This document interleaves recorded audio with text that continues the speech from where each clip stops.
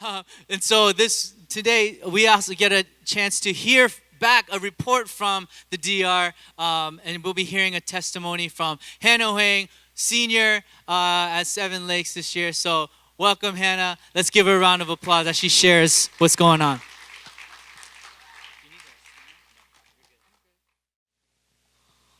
Hi guys. Hello. I said hello. Hi. I'm really nervous. Okay, this is my first time actually sharing my testimony about missions in general, so just bear with me, okay? This is just a recount of what happened, I think, like pretty much what God was doing in me during missions. So, yeah, I hope you can listen well. So, this was my first mission trip, but there was nothing more natural than going to the Dominican Republic and serving the Lord and His people. For some context, I really struggle with understanding God's love and in turn loving others. So most of the time, I'm on the receiving end of love, and even then, I question the love and require close to constant validation. Definitely, like only during worship am I able to let go and surrender to God. But in going to missions, I was reminded of God's unexplainable love, His faithfulness, His freedom, His goodness, and the goodness of His people. It was in this foreign land that I was truly able to make His love for me a truth. Although I knew that God supposedly loved me, my sins always felt too great. I was always unready, and I was always unworthy.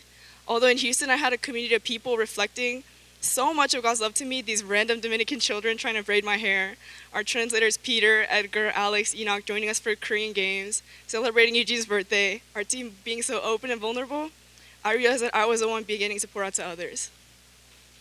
So Pastor had the opportunity to preach in the DR, and he chose to speak about Hosea and Gomer, or Homer.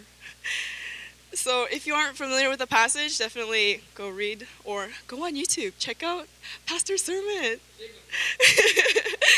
Yeah, but just listening to it for the second time made me realize this. I'm still not ready.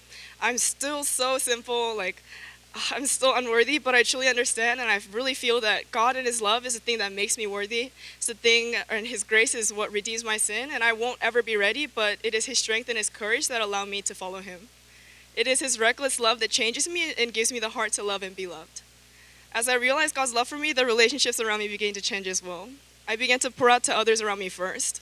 My sharing and vulnerability wasn't for my own freedom, but to encourage and bring comfort. I was too busy being awestruck at the beauty of God's tov meod, or His very, very good creation, around me to really wallow in my own insecurities about being loved by others. I was beginning to truly enjoy each of my teammates, our translators, our interns, our Dominican community for the beauty placed in them by God, not because I wanted to be validated.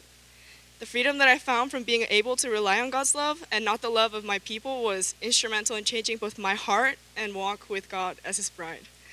The relationships around me, in turn, changed my view on community. Community is, of course, to find the love of God reflected in His people, but it is to share life in Christ with others yearning to do the same. Community back at home is the same as it is in the DR. Community in the DR was just an example of God's fruitful community that I could take back home. Thank you.